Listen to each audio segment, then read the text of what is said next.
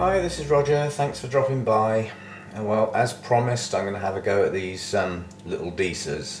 Now, I've never taken a Disa out of a pot. I haven't got a clue what I'm going to find in there. So this is a learning curve, shall we say. It might be a total disaster. This could be renamed How to Kill Your Disa. We shall see. Anyway, normal repotting stuff. 70% rubbing alcohol, scissors in being sterilised, plenty of moss in to soak, New Zealand sphagnum for those of you that are interested in that sort of thing, actual makes and stuff. And a sad thing, this is my rustly bag basically, as far as, let's just get this out of the way. That's my hydrogen peroxide. Disas are prone to rotting. Lots of people think of the 3% hydrogen peroxide for killing bugs. Basically it's for killing. It kills anything. So any pathogens or spores or molds or potential rots or anything, it does that as well. It basically destroys life. So on the Disas, as a precaution, they're going to get a spray with that stuff. Now this is my sponge rock. It's giant perlite basically, but it's in larger pieces. Now there's some stupid regulation that says in this country you're not allowed to produce this. You can only produce the smaller stuff, like the smaller grains in there. Daft idea that is. Maybe it's using up a valuable resource, I don't know. But unfortunately the sad thing is that's all I got left, and half of that's dust. So I really am running out of that.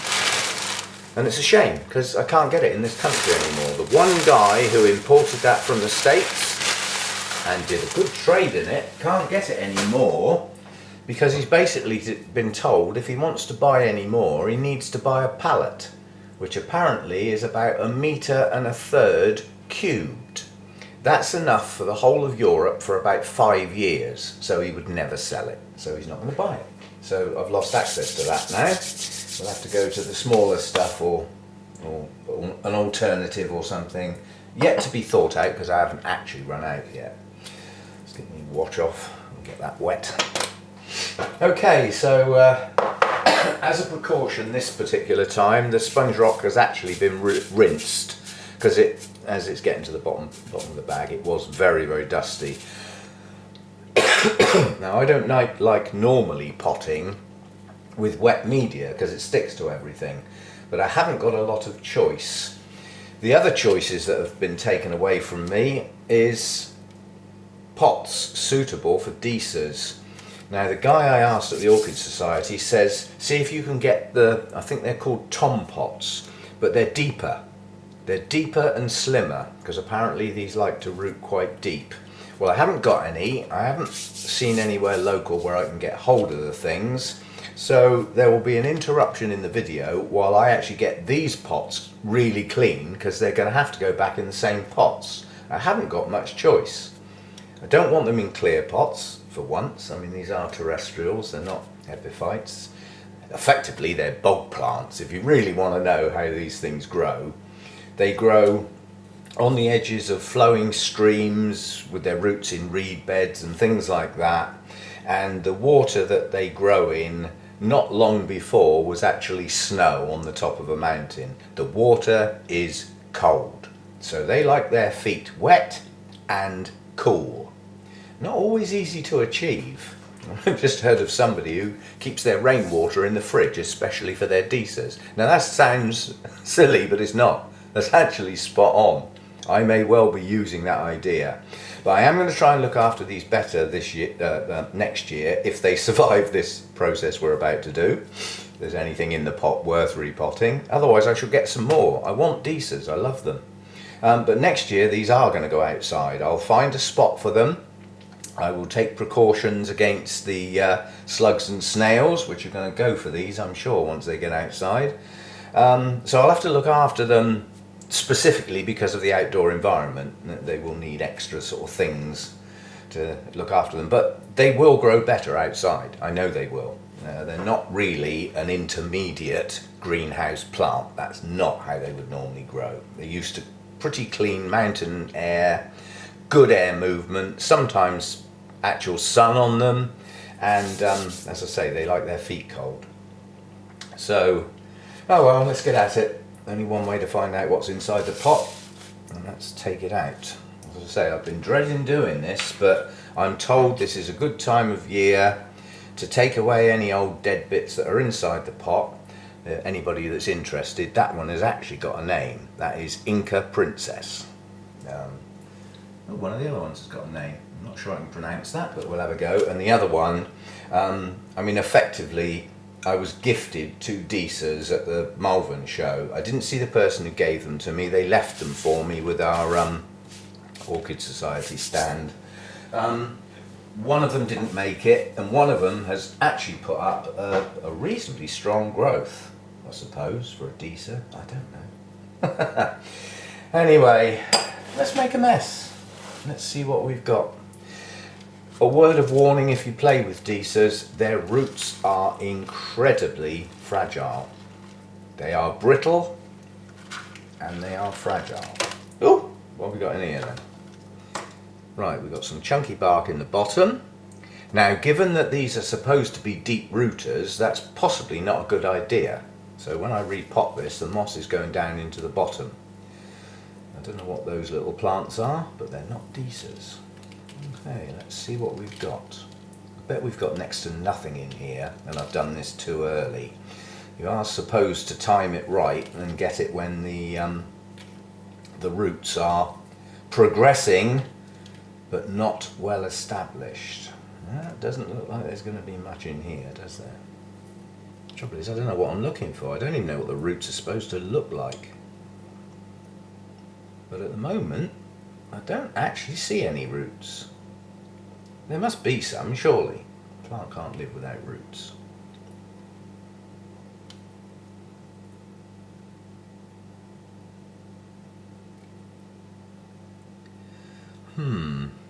Oh yeah, there they are. Ah! I got you. So it's just a matter of getting your eye in. Okay. Now, I am reliably told that this is the part of the plant that's fragile and prone to rot. It's the bit that's just below the surface, not the leaves themselves.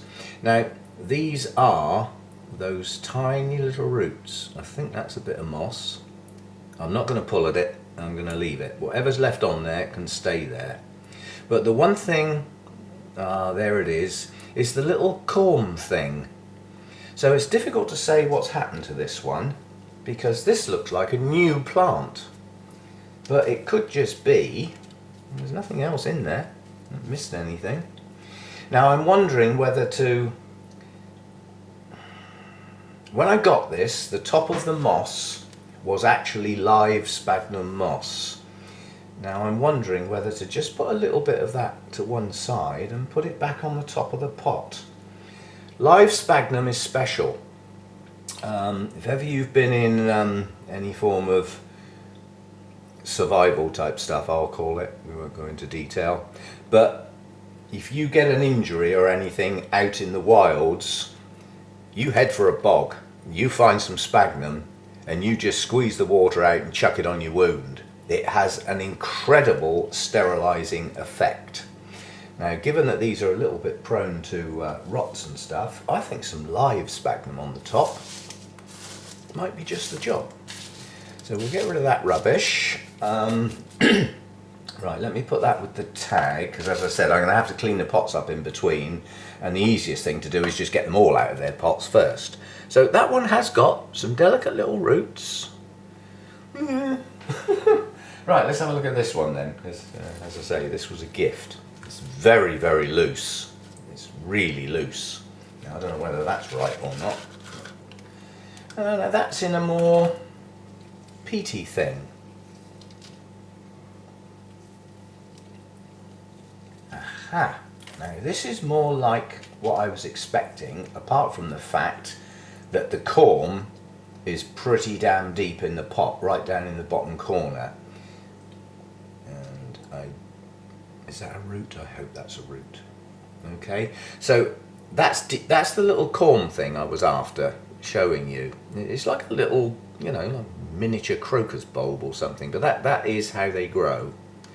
I'll give that a rinse off. So that's the other one, and that's got no name, so you can just live there.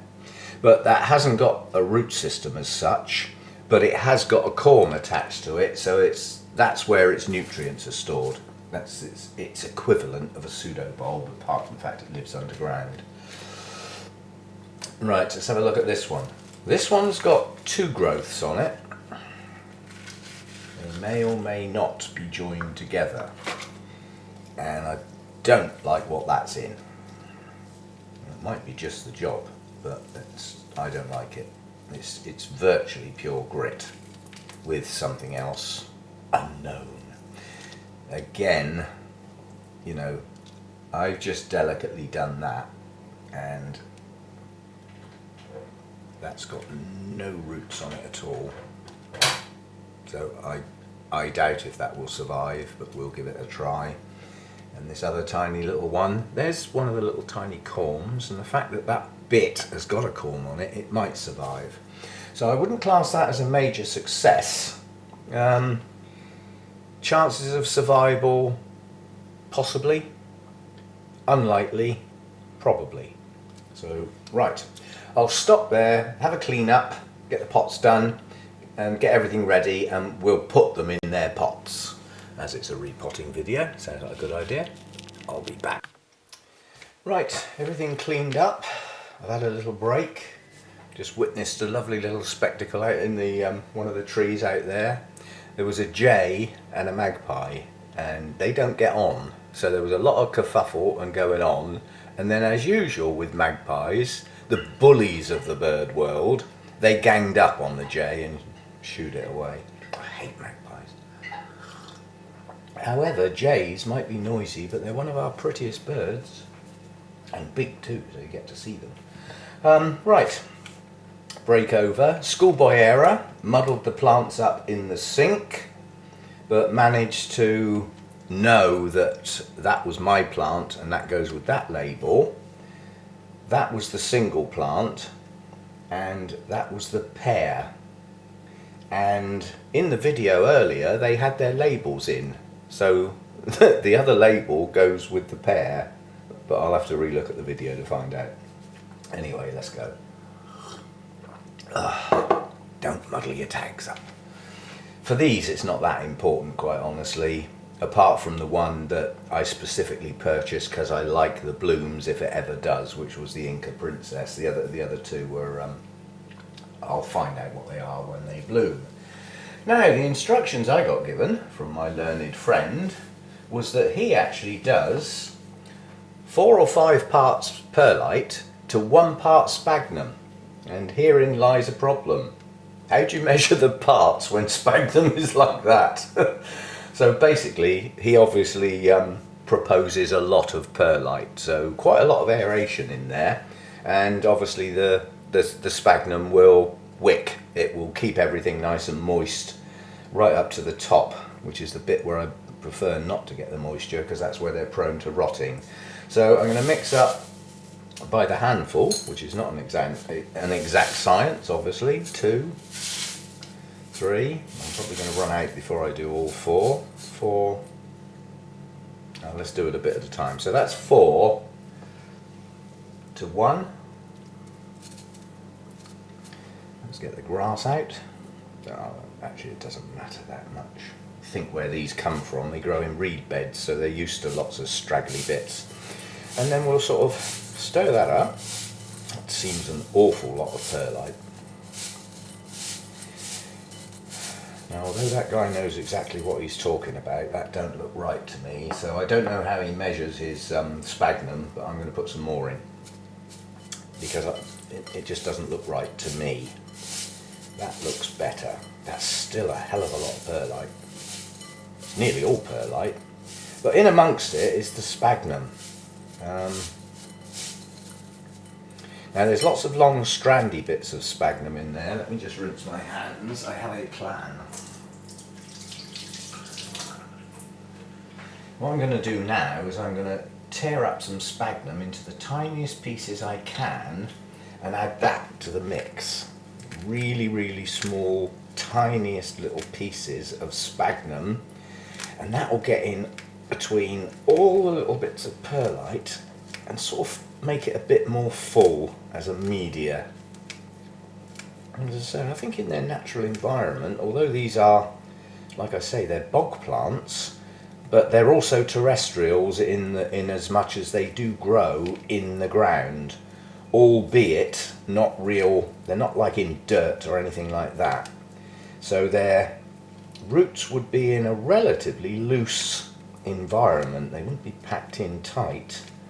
But you know what reed beds are like, and things around the edges of streams, they get stuff washed down by the water and you get sediments and settlements, so they would have something to get their roots in. So I'm going to go with that. That is my theory. We don't want that. That's a silly piece of moss for this type of plant. That's a piece of grass. It's a sterile piece of grass, but we don't want that in there. So I'm going to run with that. I still think that's heavy on the perlite, but that's what I was told. And the guy grows excellent Disas, so I've got to run with somebody who does well with them. And I don't know, his environment could be quite different to mine, and this could be all wrong, the way I'm going to be growing them, because they're going to have to stay in for the winter. Although they will take cold, they won't take, I don't think they'll take sub-zero temperatures, because if you think about it, whatever moisture was in the pot would freeze solid, and when water freezes, it expands. And when you're in confined spaces, I'm aware of this because of my bonsai and their small pots, it crushes the roots. You know, the expansion of the water as it freezes crushes roots, so I don't want that. Right, well, that's what I'm going to use. Right or wrong, that's what they're going to get. And I know not to pack this in tight. I also know that. Now this first little one that's going to go in there, that's what I was told to use to pack it down. Don't push your fingers, just tap it down, let it settle. And obviously I'll pour some water through once I've planted it, and that will settle it even more. And I want this relatively near the top of the pot, this particular one, because it was a shallow growing plant. So you know, when you plant any plant, really, one of the golden rules is to plant it at the same depth as it was before, unless it was just very wrong before, in which case you know, plant it deeper or shallower as you see fit. But yeah, this little one has got some roots, and it's just going to sit in the centre of the pot and have some stuff put round it. No pressing, I'm told, no pressing down, no fingers, just gently put your stuff around the roots and then tap the pot and settle it. This was the instructions I was given. And not too high up the stem, because that is the place most prone to rotting. So that's it. That's all it's going to get. And dirty label. Ugh, I don't like dirty labels. I know they get dirty, but there's no reason to put a dirty label back in a pot. No reason at all. So that one definitely goes in there, because I know, as I say, I muddled the other two up, but I'll live with that. And I'm just going to put a little bit of the live sphagnum back around the top of the pot. The fact that it's actually alive, hopefully it will grow and take over the top of the pot. And as I say, it has got a sterilising effect, the live sphagnum. I don't think this dead stuff has the same effect, even though it's, because you know, it's been killed basically somehow, probably heat, probably. Right, so that is one.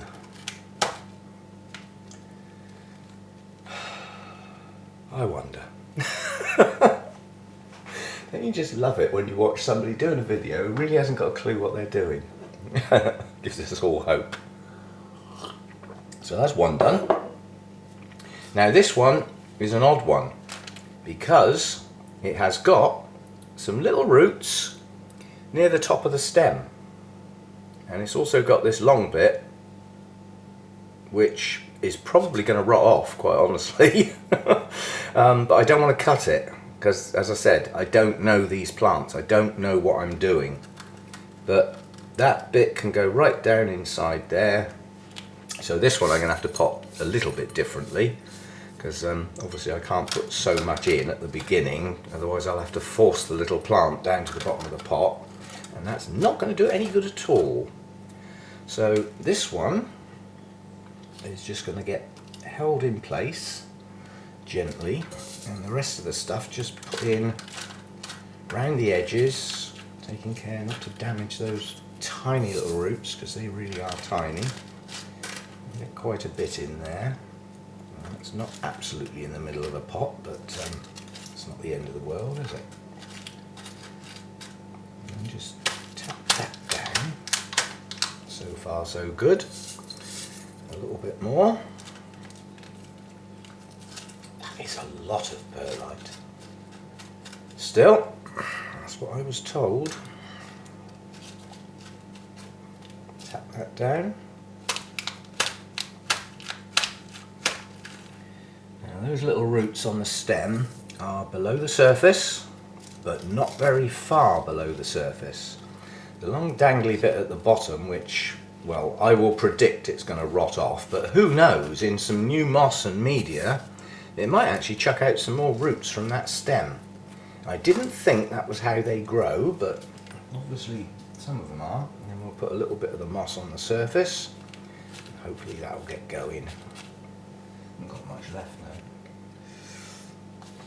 You can obviously buy live sphagnum moss. Some unscrupulous characters might go to their nearest boggy area and collect it. And I must admit I did try that once, and when I got it home and I had a look at it, it was seething with things unknown. So I decided that possibly wasn't the best of ideas to collect it from the wild. Firstly, you're not supposed to. I mean, the sort of places where sphagnum grows, they're often fragile areas, you know, and I am into conservation and looking after our places where wild things grow. There's a native orchid that is damn near impossible to find, because it's actually about 2 centimeters tall, and it's green, and when it flowers they're green, and it grows in sphagnum moss, which is green. And I've seen pictures of the little things, and you know, like somebody put their car keys next to the orchid to give you some scale, and it was still tiny up against their car keys. Yeah, bog orchid, one of our native species. It's probably a lot more common than people actually think, because it's so tiny, and because of where it grows, it's not an ideal place to be walking about. Having been around those sort of areas quite frequently, you get puddles that are 6 inches deep. You get puddles that look exactly the same that are nearly 4 foot deep. And if you get it wrong, you get wet. Not ideal places to go wandering around because they're unknown. You can get sphagnum that will actually grow into such a mat, it will actually grow over the top of what is quite a deep pit. You put your feet in there unwittingly and you will go down up to your waist. So, right, well, we've got these 2 tiny little ones, which I know are the same type of orchid, but as I said, I got the tags muddled up. I'll sort that out later. Now again, because of the length of the stems, these are going to have to go in quite deep. They're also going to have to go quite close together, because otherwise it will be just impossible to plant them. But I want to get them into a rough sort of central point. Ugh. Feed some in round. God, this is a fiddly job. I think my remounting video was going to be fiddly, and then it turned out not to be. And I thought these would be pretty straightforward, and they turned out to be fiddly. And a lot of it is just I know I'm relatively clumsy with my hands, And these are delicate little plants. And as I said, they are prone to rotting. And you only need a break point. You know, you've only got to bruise a stem or something, and you've got an entry point for things that it's better that you haven't got.